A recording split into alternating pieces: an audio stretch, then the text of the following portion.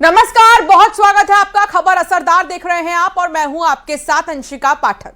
और खबर असरदार में आज सबसे पहले बात संसद के मॉनसून सत्र की। सोमवार से संसद का मॉनसून सत्र शुरू हो रहा है। खबर है कि संसद के इस सत्र में सरकार कुछ बहुत बड़ा करने वाली है और कांग्रेस के सीनियर लीडर पी चिदम्बरम तो ये कह रहे हैं कि सत्र के दौरान बीजेपी परिसीमन बिल पास करवाना चाहती है और इसलिए शरद पवार गुट और डीएमके पर दौरे डाले जा रहे हैं। सियासी हलचल साफ साफ बता रही है कि कोई बड़ा एक्शन होने वाला है। शरद पवार की बेटी और सांसद सुप्रिया सुले की एंट्री हुई है तो उन्होंने भी इशारों में परिसीमन पर पॉजिटिव संकेत दे दिया। क्या एनडीए के लिए पिछले संसद सत्र वाली कसर अब की बार पूरी हो जाएगी? अगर ऐसा हुआ तो कांग्रेस और सपा संसद में पूरी तरह अलग थलग पड़ने वाले।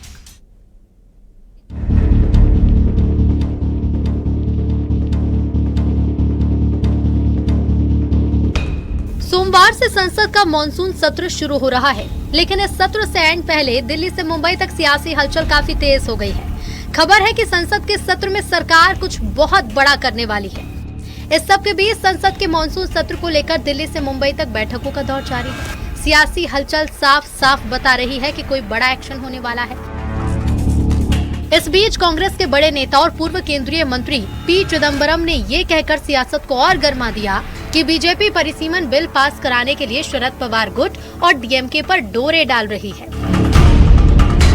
उधर शरद पवार गुट के जयंत पाटिल ने कल देर रात देवेंद्र फडणवीस से मुलाकात की तो सियासत और दिलचस्प हो गई। इसके बाद पूरे सियासी सीन में शरद पवार की बेटी और सांसद सुप्रिया सुले की एंट्री हुई तो उन्होंने भी इशारों में परिसीमन पर पॉजिटिव संकेत दे दिया।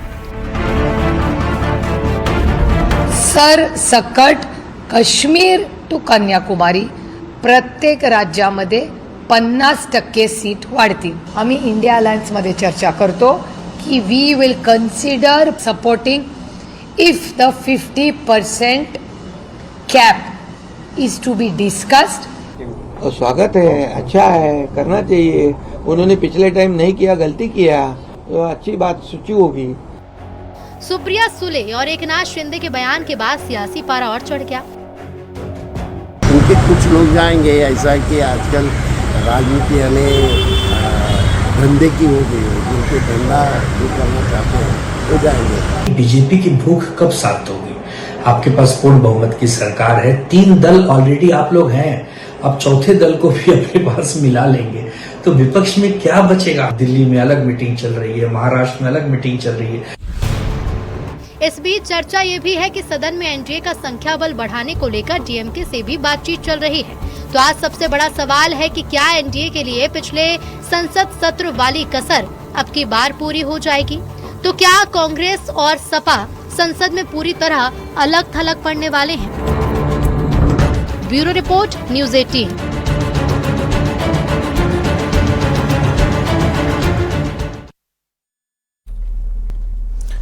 राम मंदिर चढ़ावा चोरी मामले में मंदिर ट्रस्ट के कोषाध्यक्ष गोविंद देवगिरी ने चोरी की रकम को लेकर बड़ा दावा किया है।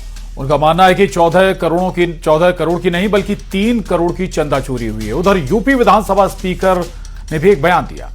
उसने सबको चौंका दिया है। यूपी विधानसभा स्पीकर सतीश महाना का कहना है कि जिन लोगों ने सच्ची श्रद्धा से दान नहीं दिया उनका पैसा चोरी हो गया। और जब बयान पर सियासत गर्मा गई तो सतीश महाना ने अपने बयान पर ही सफाई दी। रिपोर्ट देखिए।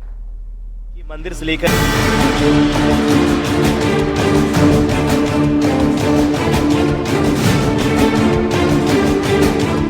अयोध्या के राम मंदिर से लेकर बद्रीनाथ धाम और माता वैष्णो देवी के मंदिर से लेकर राजस्थान के बुटाटी धाम तक कहीं चढ़ावे में चोरी तो कहीं दान में हेराफेरी, कहीं कथित नकली चांदी और कहीं करोड़ रुपए की गड़बड़ी।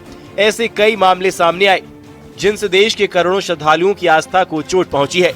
राम मंदिर चढ़ावा चोरी मामले में मंदिर ट्रस्ट के कोषाध्यक्ष गोविंद देवगिरी ने चोरी की रकम को लेकर बड़ा दावा किया है। उन्होंने 14 करोड़ रुपए मूल्य के सोने, चांदी और अन्य कीमती सामान की चोरी संबंधी खबरों को पूरी तरह झूठा और निराधार बताया। गोविंद देवगिरी के मुताबिक वास्तविक चोरी करीब 3 करोड़ रुपए के आसपास होने की संभावना है।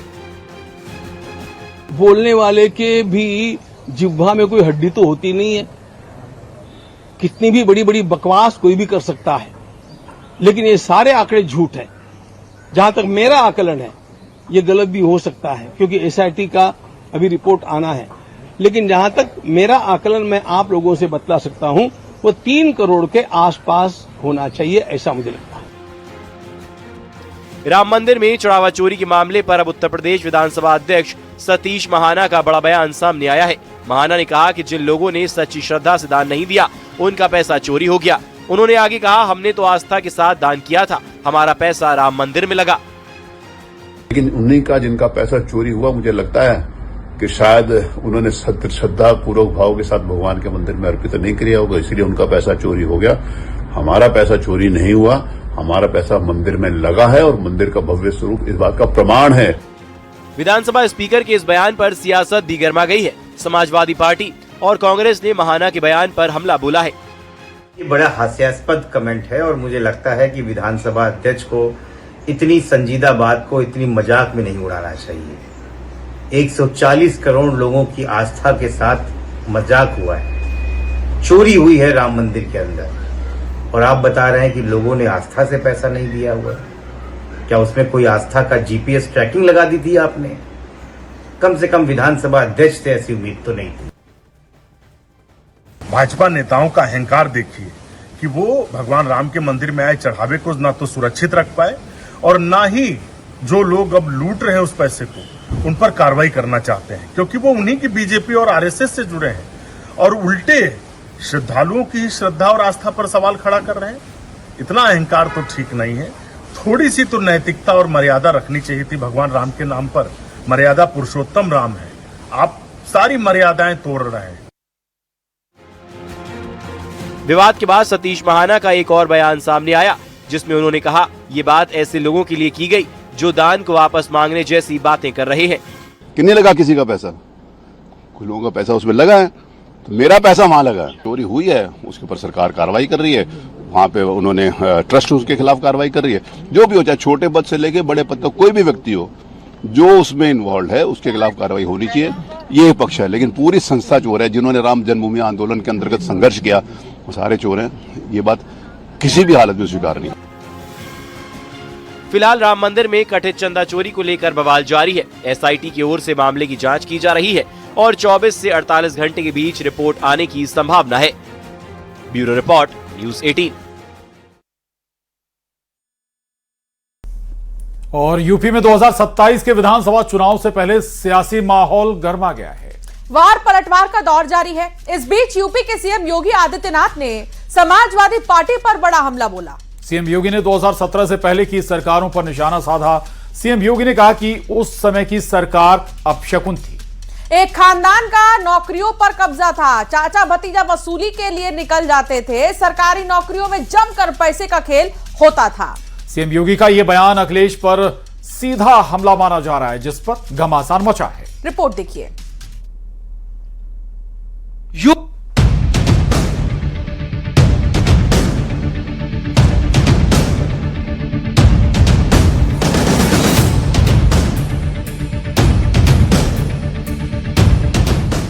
यूपी के चुनावी माहौल में एक बार फिर सीएम योगी ने लोगों को 2017 से पहले का दौर याद दिलाया, जब सपा और बसपा की सरकार प्रदेश में हुआ करती थी। सीएम योगी ने कहा कि 2017 से पहले की सरकार ही अपशकुन थी, क्योंकि उस समय सरकारी नौकरी पर एक खानदान का अधिकार था।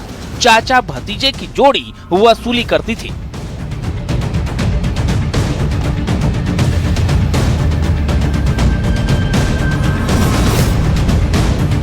लेकिन दुर्भाग्य से 2017 के पहले तत्कालीन राज्य सरकार ही प्रदेश की सबसे बड़ी अपशकुन बन चुकी थी। या कोई भी अभियान, ये सभी नदारद थे। सरकारी नौकरी पर एक खानदान का अधिकार था। या तो नौकरी निकलती नहीं थी, नौकरी निकल गई तो चाचा भतीजे की जोड़ी वसूली के लिए भी निकल पड़ती थी और बिना पैसे के कुछ काम होता नहीं था। सीएम योगी यही नहीं रुके। युवाओं को संबोधित करते हुए उन्होंने कहा कि उत्तर प्रदेश पहले बीमारू नहीं था, बल्कि उस समय की सरकार की मानसिकता बीमारू थी। उपेक्षा करने वाली सरकार सिस्टम के नाम पर कलंक थी, उसके लिए कोई जगह नहीं होनी चाहिए। बीमारू यूपी नहीं हुआ था, तत्कालीन सरकार की मानसिकता बीमार थी। उनके कृत्य बीमारू मानसिकता के प्रतीक थे। उस सरकार के लिए कोई जगह नहीं होनी चाहिए। और सरकार नहीं, वह सिस्टम के नाम पर एक कलंक है और 2017 के पहले यही होता था। सीएम योगी ने कई मुद्दों को लेकर 2017 के पहले की सरकारों को घेरा। उन्होंने कहा कि प्रदेश के लोगों के सामने पहचान का संकट खड़ा कर दिया गया था। बनारस को आतंकवाद का गढ़ बना दिया गया। आजमगढ़ के नाम पर होटल में रूम नहीं मिलते थे। जहां बनारसी साड़ी बनकर के आज भारत की नारी की श्रृंगार बन रही है, उसी बनारस को पिछली सरकारों ने आतंकवाद का गढ़ बना दिया था, पहचान का संकट खड़ा कर दिया था। आजमगढ़ के नाम पर तो लोग होटल और धर्मशाला में रूम भी नहीं देते थे। लखनऊ में विश्व युवा कौशल विकास दिवस के अवसर पर राज्य स्तरीय कार्यक्रम में सीएम योगी ने पिछली सरकारों को जमकर घेरा। हालांकि उन्होंने किसी का नाम नहीं लिया, लेकिन माना जा रहा है कि उनका ये हमला सीधे अखिलेश यादव पर था, जिस पर सियासत तेज हो गई है। Bureau report, news 18।